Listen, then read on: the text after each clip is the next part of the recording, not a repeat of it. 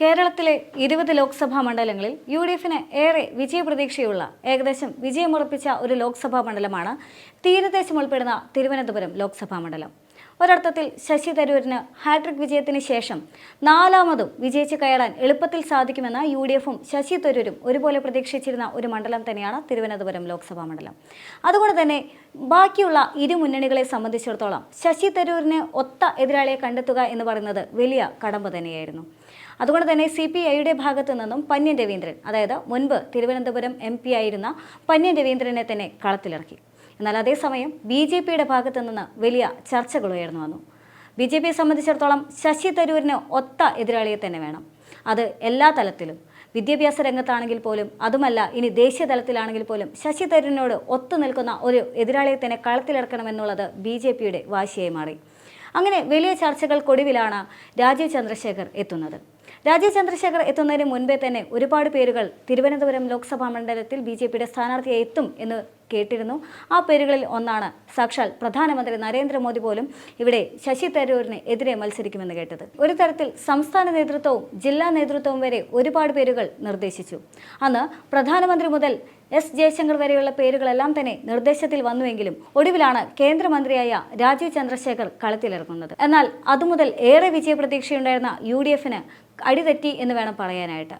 കാരണം രാജീവ് ചന്ദ്രശേഖർ ആദ്യം എത്തുന്നത് UDFന് ഏറെ പ്രതീക്ഷയുണ്ടായിരുന്ന തീരദേശ മേഖലയിലേക്കാണ്. ഒരർത്ഥത്തിൽ തിരുവനന്തപുരം ലോക്സഭാ മണ്ഡലത്തിലെ വോട്ടുകളിൽ ഏറിയ പങ്കും വരുന്നത് തീരദേശ മേഖലയിൽ നിന്നുമാണ്. അല്ലെങ്കിൽ തിരുവനന്തപുരം ലോക്സഭാ മണ്ഡലത്തിലെ തീരദേശ മേഖലയിലെ വോട്ട് ഏറെ നിർണായകമാണ്. ആ മേഖലയിലേക്ക് തന്നെയാണ് യഥാർത്ഥത്തിൽ രാജീവ് ചന്ദ്രശേഖർ ആദ്യം എത്തിച്ചേരുന്നത്. അദ്ദേഹം അവിടെ എത്തുകയും അവരുടെ പ്രശ്നങ്ങളെല്ലാം തന്നെ ചോദിച്ചറിയുകയും അവർ കാലങ്ങളായി അനുഭവിക്കുന്ന വലിയ പ്രശ്നങ്ങൾക്ക് പരിഹാരം കണ്ടെത്താനും സാധിച്ചു. UDFന്റെ യഥാർത്ഥ തകർച്ച തുടങ്ങുന്നതും അവിടെ നിന്ന് തന്നെയാണ്.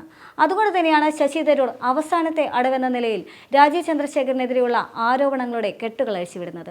രാജീവ് ചന്ദ്രശേഖർ പണം നൽകിയാണ് വോട്ട് പിടിക്കുന്നതെന്ന ശശി തരൂരിൻ്റെ ആരോപണം വലിയ തരത്തിൽ വിവാദമായി. അതിന് മറുപടിയായി രാജീവ് ചന്ദ്രശേഖർ തന്നെ മുന്നോട്ട് വന്നു.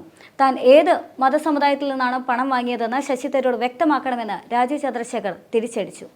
അവിടം കൊണ്ടും കഴിഞ്ഞില്ല. താൻ അത്തരത്തിൽ പണം വാങ്ങിയെന്ന എതിർ സ്ഥാനാർത്ഥിയുടെ ആരോപണം അത് തീർത്തും ശരിയല്ല, ഉചിതമല്ല എന്ന് പറഞ്ഞുകൊണ്ട് യഥാർത്ഥത്തിൽ രാജീവ് ചന്ദ്രശേഖർ ശശി തരൂരിനെതിരെ മാനനഷ്ട കേസ് പോലും ഫയൽ ചെയ്തു എന്നുള്ളതാണ്. പരാതികൾ അങ്ങ് ഡൽഹിയിൽ വരെ എത്തി. എന്തു തന്നെയാണെങ്കിലും പരാതിയും വക്കീൽ നോട്ടീസും എത്തിയ സാഹചര്യത്തിൽ ശശി തരൂർ ഇപ്പോൾ പറയുന്നത് താൻ അത്തരം വാക്കുകൾ ഉപയോഗിച്ചിട്ടില്ല എന്നാണ്. മാത്രമല്ല, മറ്റൊരു പ്രമുഖ ചാനലിൽ നൽകിയ ഇന്റർവ്യൂയിൽ ശശി തരൂർ വ്യക്തമാക്കുന്നത് തന്നോട് മറ്റുള്ളവർ പറഞ്ഞത് മാത്രമാണ്, അതല്ലാതെ താൻ ഇതിൽ ഒന്നും തന്നെ പറഞ്ഞിട്ടില്ല. അതായത് താൻ ഇതിൽ വ്യക്തിപരമായി ഒന്നും പറഞ്ഞിട്ടില്ല. മറ്റ് സാമുദായിക നേതാക്കളെല്ലാം തന്നെ തന്നോട് പറഞ്ഞ കാര്യം മാത്രമാണ് താൻ തുറന്നടിച്ചത് എന്നുള്ളതാണ്. എന്തു തന്നെയാണെങ്കിലും വലിയ രീതിയിൽ തന്നെ വിവാദമാവുകയാണ് ശശി തരൂരിൻ്റെ ആരോപണം. ഇതേ സാഹചര്യത്തിൽ രാജീവ് ചന്ദ്രശേഖർ പറഞ്ഞു വെക്കുന്ന മറ്റൊരു പ്രധാന പ്രശ്നം കൂടിയുണ്ട്. ശശി തരൂർ പിന്തുടരുന്നത് പച്ചക്കള്ളത്തിൻ്റെ രാഷ്ട്രീയമാണെന്ന്. എന്നാൽ ശശി തരൂരിൻ്റെ ആരോപണങ്ങളെല്ലാം തന്നെ വലിയ വിവാദമാവുന്ന സാഹചര്യത്തിൽ അദ്ദേഹം കൃത്യമായ മറുപടിയില്ലാതെ ഉരുണ്ട് കളിക്കുകയാണ്. വോട്ടർമാർക്ക് NDA സ്ഥാനാർത്ഥി പണം നൽകി എന്ന് താൻ പറഞ്ഞിട്ടില്ല എന്ന മറുപടിയിൽ തന്നെയാണ് ഇപ്പോഴും ശശി തരൂർ ഉറച്ചു നിൽക്കുന്നത്.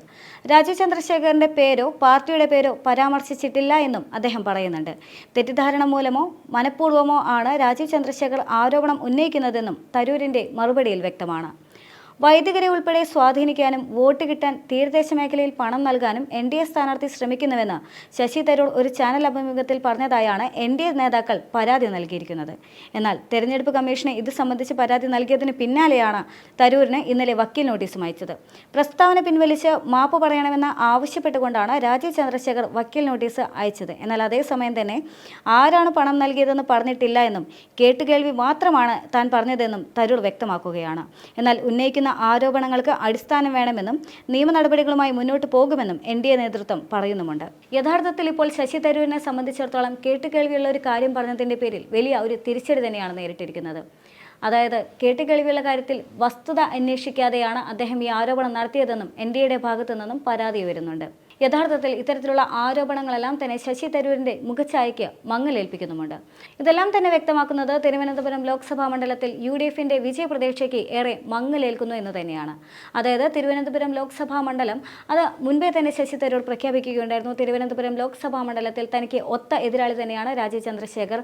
അതായത് ഇവിടെ ത്രികോണ മത്സരമല്ല നടക്കുന്നത്, താനും NDAയും അഥവാ UDFും NDAയും തമ്മിലുള്ള മത്സരമാണ് നടക്കുന്നതെന്ന് ശശി തരൂർ മുൻപേ തന്നെ വ്യക്തമാക്കിയതാണ്.